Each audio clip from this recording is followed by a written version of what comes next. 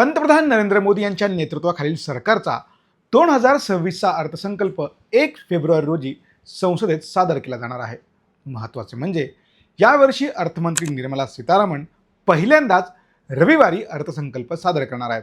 पण तुम्हाला माहिती आहे का, अर्थसंकल्पाच्या एक दिवस आधी एक इकॉनॉमिक सर्व्हे सादर केला जातो. ही परंपरा गेल्या 75 वर्षांपासून चालत आली आहे. नेमका हा सर्व्हे आहे तरी काय, त्यात नक्की काय काय असतं जाणून घेऊयात. तर अर्थसंकल्पाच्या फक्त एक दिवस आधी आर्थिक सर्वेक्षण सादर केले जाते.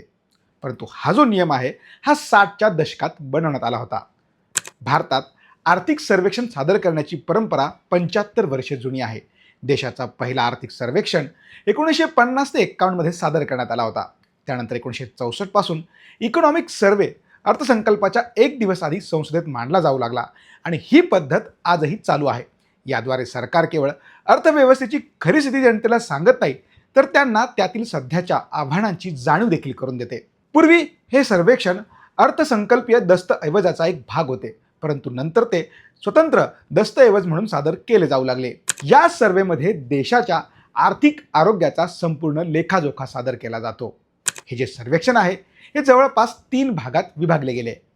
पहिल्या भागात मागील आर्थिक वर्षाच्या आर्थिक परिस्थितीचा आढावा आणि भारतीय अर्थव्यवस्थेशी संबंधित महत्त्वाच्या गोष्टींचा समावेश असतो, जसं की आर्थिक वाढीच्या अपेक्षा, त्यातील आव्हानं आणि ती गतिमान करण्यासाठी सरकारनं उचललेली पावले. तर दुसऱ्या भागात विविध क्षेत्रांच्या कामगिरीशी संबंधित डेटा दर्शविला जातो. तर तिसऱ्या भागात नोकऱ्या, महागाई, निर्यात आयात, उत्पादन यांच्याशी संबंधित महत्त्वाच्या गोष्टींचा समावेश असतो. आता यातून सर्वसामान्यांना काय मिळतं, तर यातून जनतेला महागाई आणि बेरोजगारीसह सर्वसमावेशक डेटाच मिळतो. असं नाही तर गुंतवणूक, बचत आणि खर्च याबद्दलही माहिती मिळते. परिणामी गुंतवणूकदार त्यावरही बारकाईने लक्ष देतात. उदाहरणार्थ, जर सरकारने पायाभूत सुविधा किंवा उत्पादन क्षेत्रावर जास्त लक्ष केंद्रित केले तर ही क्षेत्रे गुंतवणूकदारांसाठी महत्त्वाची गुंतवणूक केंद्रे बनू शकतात.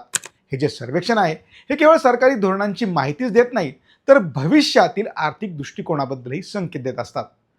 तुम्हाला या सर्वेक्षणाबद्दल काय वाटतं आम्हाला कमेंट करून नक्की सांगा.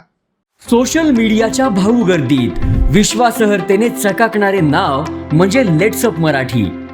सगळ्यांना, सगळ्या नागरिकांना ती स्पीच, ती लेट्सअप वरील मुलाखती म्हणजे विचारांचा खजिना. त्यानंतरच्या निवडणुकीमध्ये मला सोडून गेले.